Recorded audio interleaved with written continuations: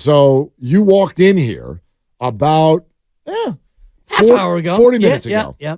And you walked by me, and I'm in one of our side studios. And I'm telling my phone the business. You can see through the window, and I'm like, this and that and the other. And I'm like an animation sensation. That's a buck, early buck. And you look through the window and give me that look like, loser, and keep walking. Right? I didn't mean to give off that vibe. No, but I knew what you're like, guy. oh, gosh, he's in there doing the dink thing. Okay. Well, I was talking to our Odyssey station in Cleveland, and they were nice enough to have me on. Nick, the host there, we had a great conversation.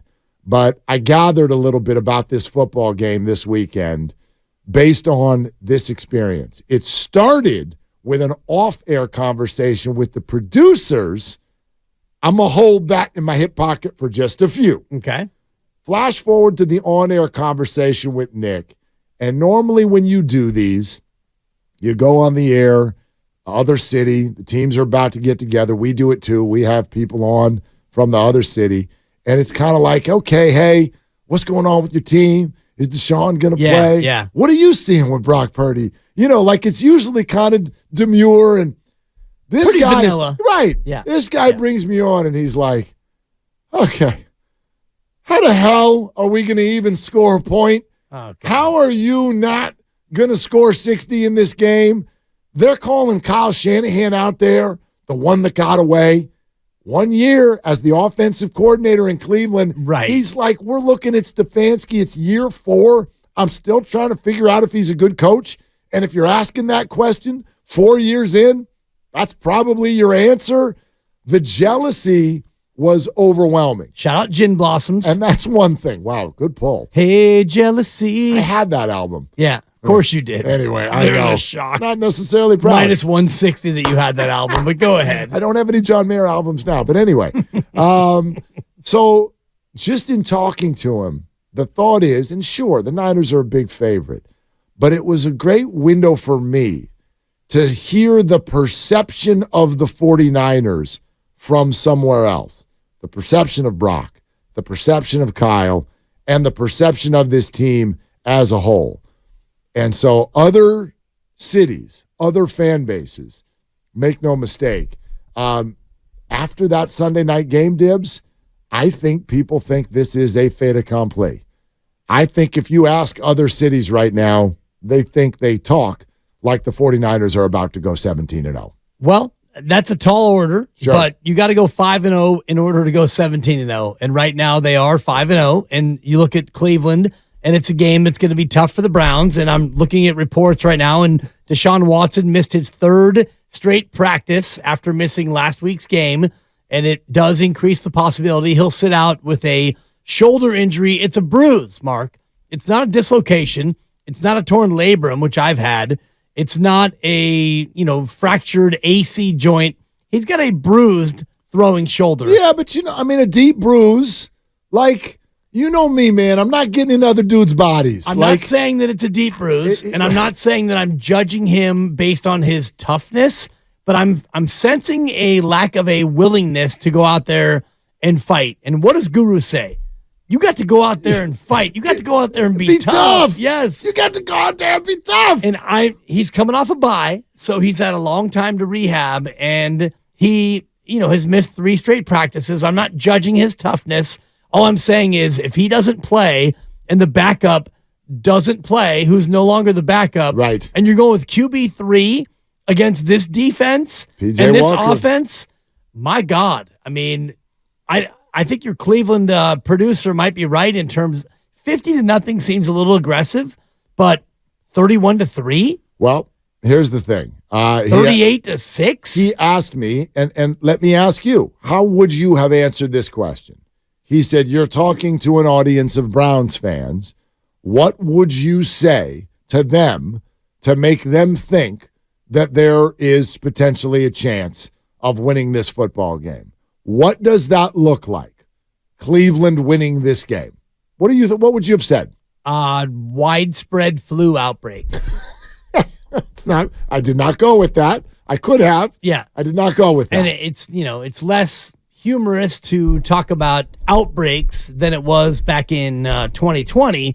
But, if you have like 17 of your starting 22 get the stomach flu, all right, Cleveland, you got a fighting chance. Although, if you would take the Niners like second string defense against a third string quarterback and that offense, I still like the Niners' chances. Yeah, the thing that I think sort of ends the whole conversation for people is what happens when the Browns take the field. No one's imagining P.J. Walker beating the 49ers, and more on that quarterback situation in a second.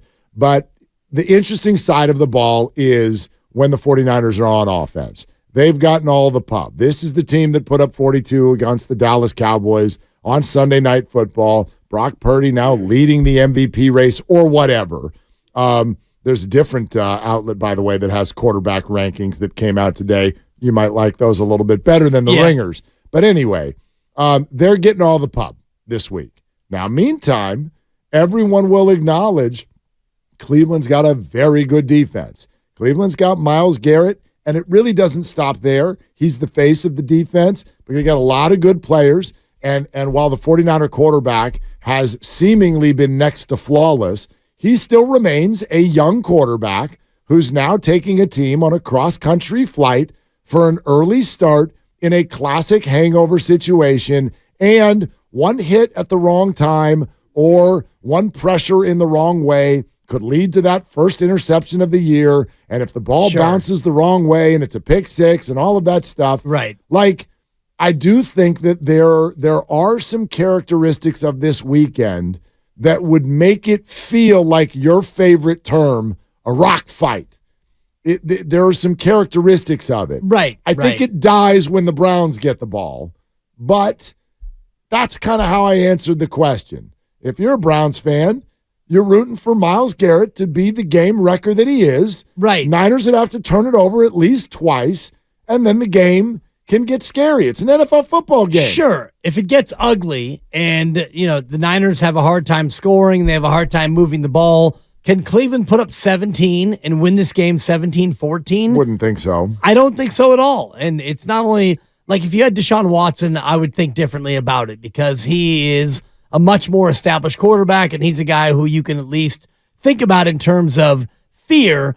But if Brock Purdy were to come down with conjunctivitis, pink eye, and he can't play, and it's Sam Darnold against Cleveland, I'm still taking the Niners, and I'm still laying the 6. Right. No, I get it. Or whatever it is now. I get it. But I'm always thoughtful of this.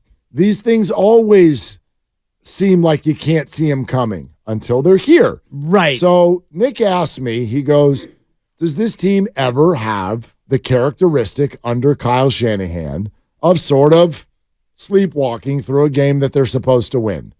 And you know what I brought up? I said, look. I think about one game. I wonder if you're thinking of the same one I am. What are you thinking of? I'm thinking of Atlanta. That's exactly what I said. But even that one, and they kind of walked through it, but that was a scheduled loss. That was the second half of a doubleheader on the road. This is the first half of a doubleheader on the road. So if you want to talk about Minnesota next week as a game that might be a trap, shout out Admiral Akbar, it's a trap. Missing their best player. Right. Their best receiver in a team that is, their best player. Well, my opinion, their best player. No, you're right. And what did he go, number 1 or number 2 in every fantasy league? Not that fantasy's reality, but if anybody got Justin Jefferson at number 2, I'd like to join your league. Wow. I don't know any league where he didn't go number 1 overall. Jamar Chase maybe goes number 1. Yeah, I didn't see it. But anyway, well, especially considering that Burrow got hurt in the preseason, so that might have hurt that chance. But you look at that first round of most fantasy leagues with Cupper Coop and Austin Eckler and Justin Jefferson. Dude, it always does. It always goes sideways. No, and who knew you were supposed to say Devon Achane with the second overall pick? And although he's on IR now too. The one year I had the number 1 overall and I took McCaffrey was the one year that he got hurt, which is why I hate fantasy. Shout out 1-4 Nostradamus. But I look at this matchup and I don't see the same sort of sleepwalk that happened in Atlanta. And Atlanta came out and they punched him in the mouth. Yep. And Atlanta had a plan, and they executed it, and the Niners had injuries. Bosa didn't play, and this Niner team comes in fully stocked, fully loaded, ready to roll, I don't see the same sort of like sleepwalk ability as I saw then. I'm with you, but then I also added this because I brought up the same game. I go, I don't think that we've had a history of anyone in this market accusing the 49ers under Shanahan of that, of like not being ready to play. That's pretty rare. I did mention the Atlanta game last year, and it was just odd because you could go, oh, Garoppolo was still only in his, what was it, like third or fourth game since he came back, and he's always been prone to the wobbly game for sure, but it was the defense that couldn't stop Marcus Mariota, where you're like, what the hell is going on today?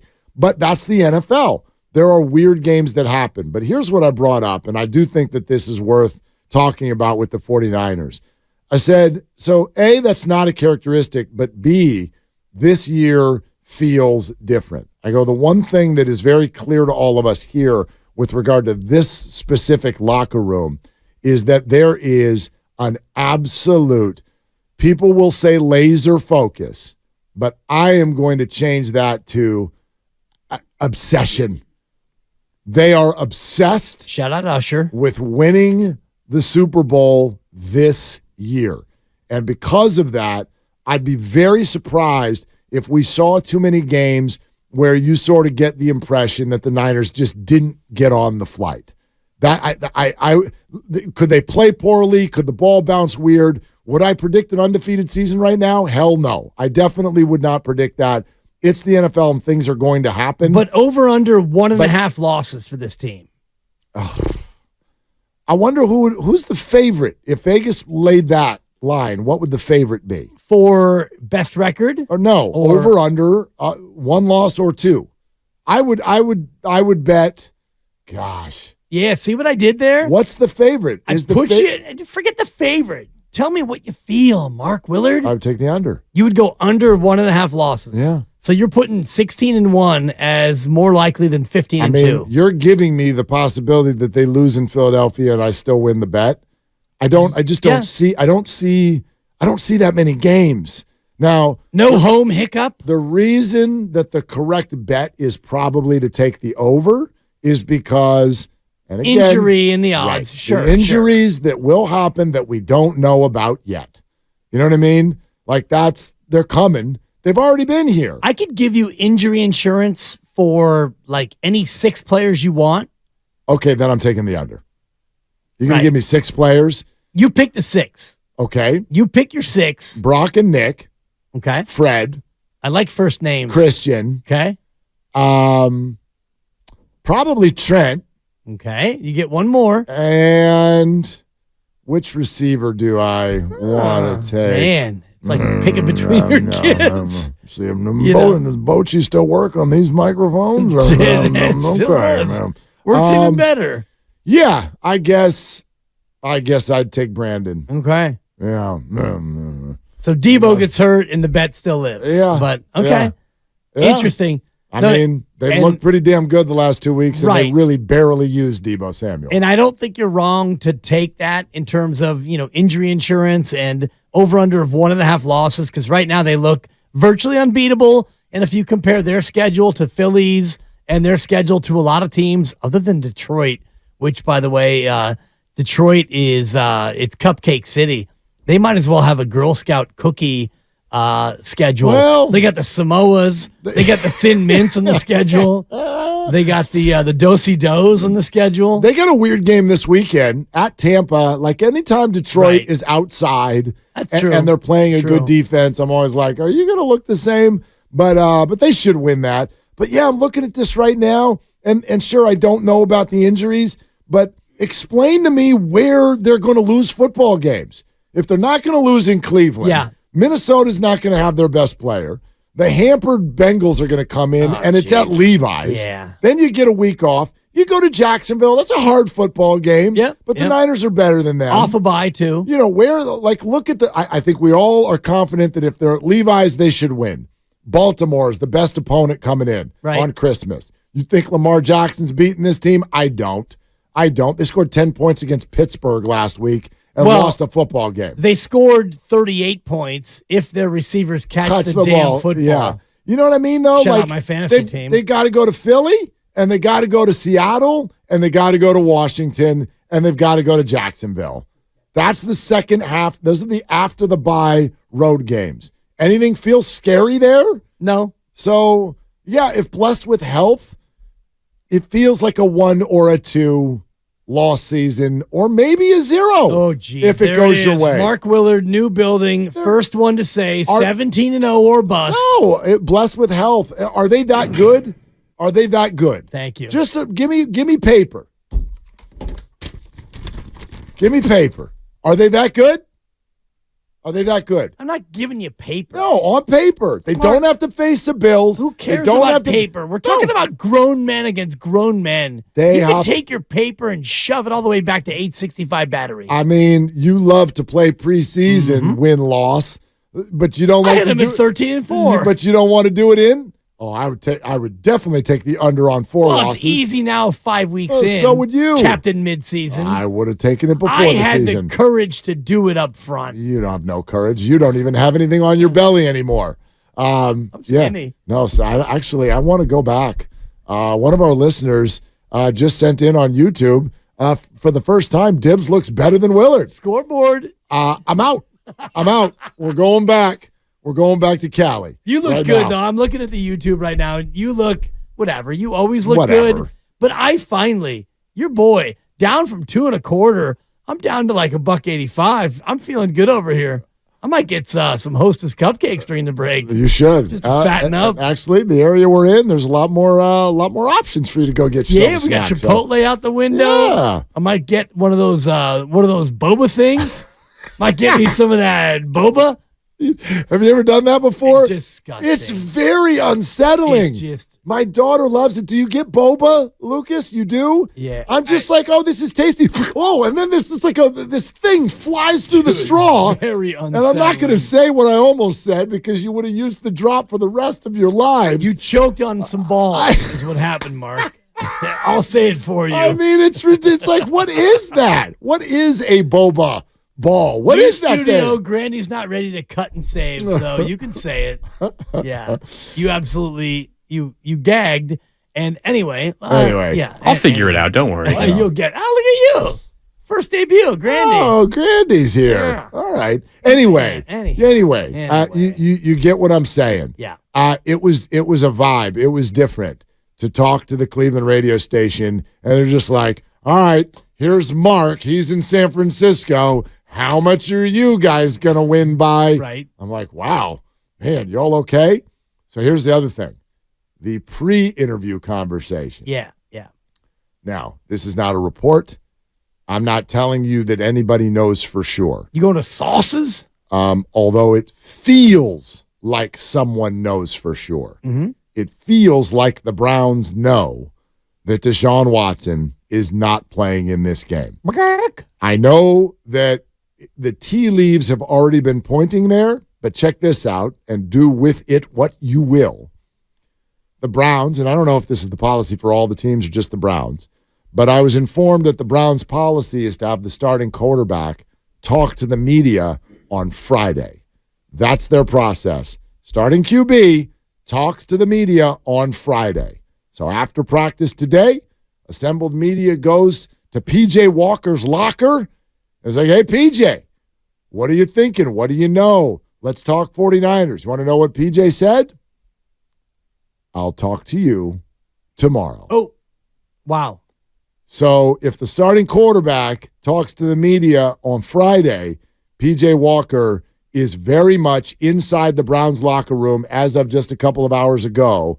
He is acting like the starting quarterback for this football game. Yes, and if you have a starting quarterback who hasn't practiced in 3 days coming off a bye, it's pretty easy to read the tea leaves and say that Deshaun Watson is not going to play. If you're coming off a bye week and you can't be on the field for your first 3 practices coming out of the bye week, you're not playing. You're not going to miraculously be ready to go on a Friday before the Sunday game at home. Offensive coordinator Alex Van Pelt said it's up in the air. Obviously, if Deshaun can make it, that'd be great. If he can't, then PJ will be just fine. So we're ready for either scenario. And that's Alex Van Pelt, the Browns OC. obviously we're going to give him every chance to make it to the game, which is great, which means that when he shows up with his credential, he'll be let in. And, they want him to play, but he's not playing. And I wonder what the short-term future and the long-term future is for Deshaun Watson on this team. Yeah, it's been a weird year.